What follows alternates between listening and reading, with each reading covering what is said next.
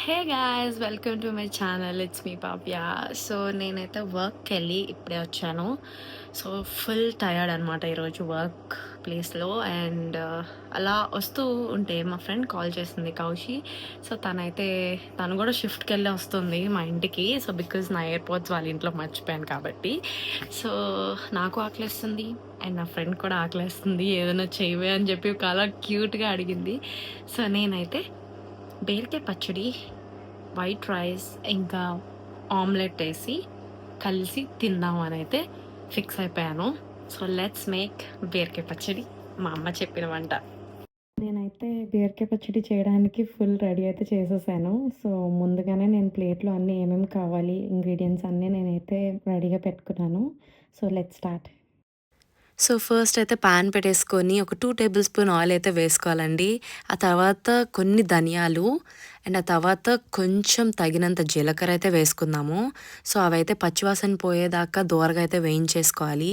So తర్వాత ఒక గుప్పుడు పల్లీలు అయితే వేసుకోవాలి. సో పల్లీలు లేకుండా కూడా చేసుకోవచ్చండి ఈ పచ్చడి.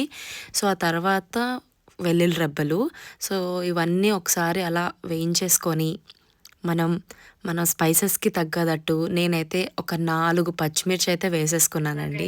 పోపు అయితే నేను మిక్సీలో వేసేసా. సో కొంచెం ఆయిల్ అండ్ కట్ చేసి పెట్టుకున్న బీరకాయలు అయితే వేసేసుకుందాం.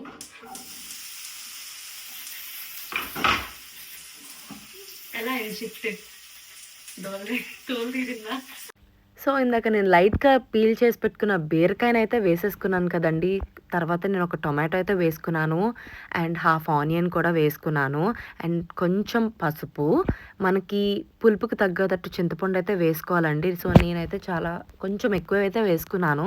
సో మీరు కూడా మీకు పులుపుకి తగ్గదట్టు అయితే వేసుకోండి. సో అదంతా మెత్తగా ఉడికించుకొని కొంచెం తిప్పుకొని కొంచెం మగ్గే వరకు మనం మూత అయితే పెట్టుకోవాలి. సో అంతా మగ్గే వరకు వాటర్ అంతా బయటకు వచ్చేసేదాకా మెత్తగా ఉడికించుకొని కాళ్ళలో ఉన్న కొత్తిమీర అయితే వేసుకున్నానండి. సో అదంతా వేసుకున్న దాన్ని మొత్తం నేనైతే ఒక మిక్సీ జార్లోకి తీసేసుకొని మొత్తం వేసేసుకున్నాను. సో చూసారా, చాలా సింపుల్గా అయితే చేసుకోవచ్చు మనం ఇంట్లో. సో మీరు కూడా ఒకసారి ఈ రెసిపీ అయితే నచ్చితే మీరు కూడా మీ ఇంట్లో మీకు ఇష్టమైన ఫ్రెండ్స్కి కానీ ఫ్యామిలీకి కానీ వండి పెట్టండి. చాలా డెలిషియస్గా ఉంటుంది. సో అదంతా పక్కకు తీసుకొని ఆరాక కొంచెం సాల్ట్ అయితే వేసుకోవాలండి. సాల్ట్ వేసుకొని అది గ్రైండ్ చేసుకునే లోపు పోపు వేసుకొని ఆ గ్రైండ్ చేసుకున్న పేస్ట్ అంతా కూడా మనం ప్యాన్లోకి అయితే షిఫ్ట్ చేసుకొని సో అలా కొంచెం తిప్పేసుకుంటే మన పచ్చడి అయితే రెడీ అయిపోతుంది. సో చూసారా ఎంత ఈజీగా అయితే మన బీరకాయ పచ్చడి రెడీ అయిపోయిందో.